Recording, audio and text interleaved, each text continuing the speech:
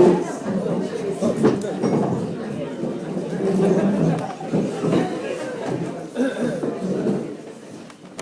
we sitting comfortably? Okay. Okay. I'd like to introduce first off to the opening set, the father of the bride, Martin Skinner.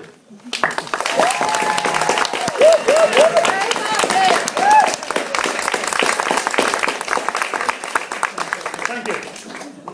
Welcome everybody. For those of you that didn't know, but do now, because Nigel just spoiled it, I'm Martin. I'm the father of the bride. I have the honour of making this speech, and I'd like to introduce you to the rest of the family around the table. To Lisa's left, I have her proud mother, Tracy. Next to Carol, I have Hannah. I'll come back to Ben's side. And to her left, I have Jack. To my right, I have my gorgeous wife, Kay, and my stepson, Ricky, and his partner, Hayley. I must say, you all look amazing. Ricky said to me the other day, he said, let me know when you're doing your speech, I'll take a toilet break. I said, no you won't, you'll sit there and suffer like everybody else. A special welcome goes out to Ben's family, Carol and Nigel.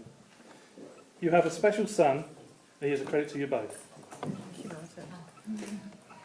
Lisa would also like it to be known that she loves you both dearly, and thanks you for the support you've given her over the last 12 years. Right. Then we have Hannah and her partner James and little Charlie. Welcome everybody. Right.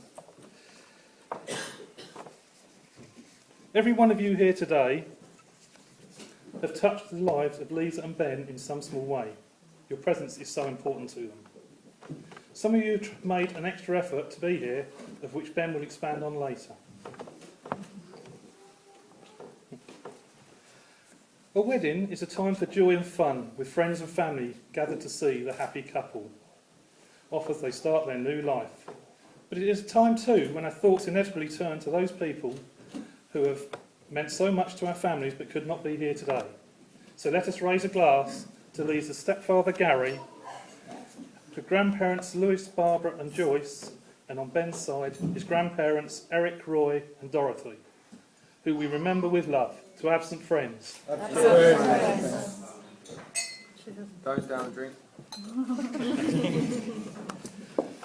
Myself and Tracy were blessed with two beautiful daughters, and to be here today, to see Lisa looking so happy and radiant, is amazing. You have made us the proudest parents in the world. Wedding days are meant to be unforgettable, and this one certainly will be.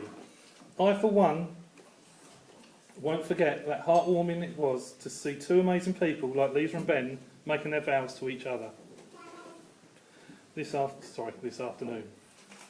I won't forget how proud it has made me feel to be the bride's father, and I won't forget what a pleasure it is seeing them now sharing their happiness of their great day with all of us. I'm filled with a curious mixture of joy and wonder at the miracle of seeing my firstborn grow from a little girl to a beautiful woman. Lisa looks absolutely stunning in her dress, don't we all agree? Yeah.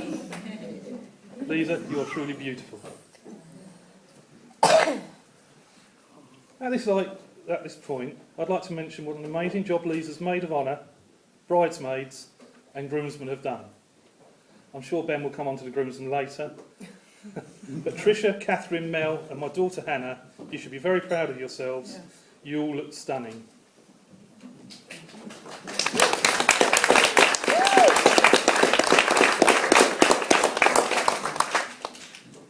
As you know, Lisa's life is best described as action-packed. I have no idea how she fits so much into a 24-hour day, so I've absolutely no chance of summing it all up within an 8-minute speech, or thereabouts.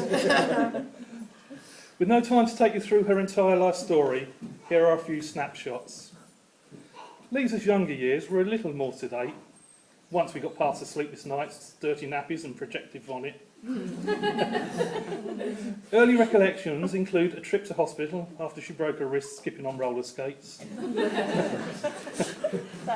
Yeah, but the brief tomboy era, taking up football at school, From then onwards, we have seen her develop into the person she is today.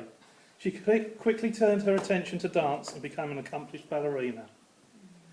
Although dedicated to her dance, Lisa's education never suffered, and she achieved good grades, and it was during these years Lisa's beauty began to be recognised, and I don't mean just by Ben.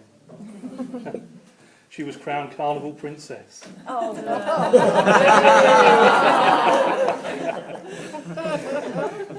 With Ben now part of her life, the pair of them went off to university in Birmingham, both achieving their degrees despite a horrific car accident which halted them in their tracks.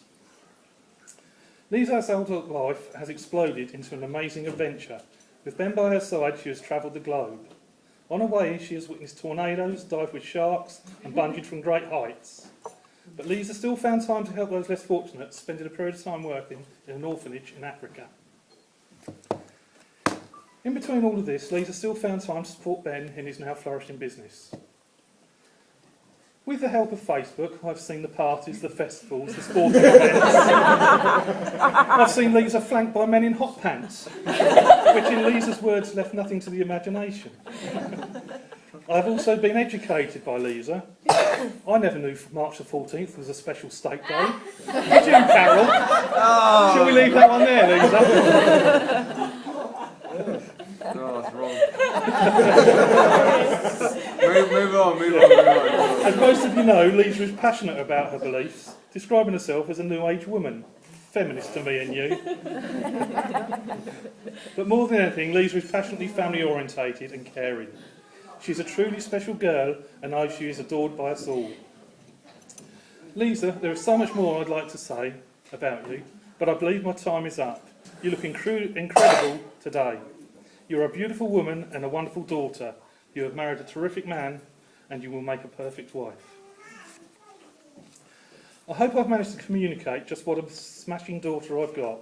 She's passionate about what she believes in, intensely loyal to her friends and full to the brim with affection for the people she loves. I can't express how proud I am today and how good it is to have you all here.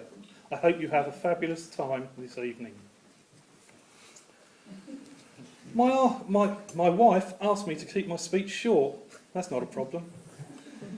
She asked me to be polite. That goes without saying. Then she asked me to be politically correct. I thought, why not? Starting with politically correct, allegedly I have said and done a few things over the years that would send Jeremy Kyle screaming into the distance. But with age has come sensitivity training. And with sensitivity training, it gives me the privilege to welcome Ben to the family. Welcome. Thanks, man. Ben, in the words of Lisa, has worked his bloody arse off to make sure this day would be special. As we can see, he has succeeded. Ben, your work is done. You can be immensely proud of yourself. Lisa does have one request. Can you now put the bloody iPad down?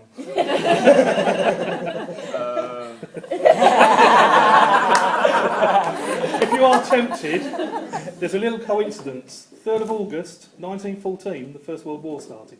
That's wonderful.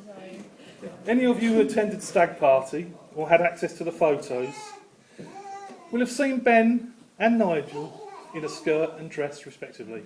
I can almost see the conversation. Son, get used to it. You won't be wearing the trousers in your relationship. My wishes for the two of you as you move on in life as one is best summed up in the following. May the sun bring you happiness by day. May the moon softly restore you by night. May the rain wash away your worries and the breeze blow new strength into your being. And all the days of your life may you walk gently through the world and know its beauty. Now it's my pleasant duty to propose a toast to the happy couple. I know that everyone here will want to join me in raising your glasses in a toast to a long and healthy future, together filled with the sound of laughter. Here's to the past, all that you've learned. Here's to the present, for all that you share. Here's to the future, for all that you look forward to. Together, ladies and gentlemen, please be upstanding and raise your glasses to the bride and groom, Lisa and Ben, the new Mr. and Mrs. Croft. Mr. and Mrs. Croft. No problem. Well done.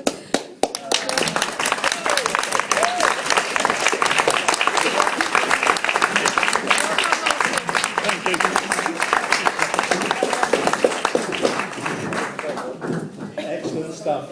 Okay, next up, the groom, Benjamin.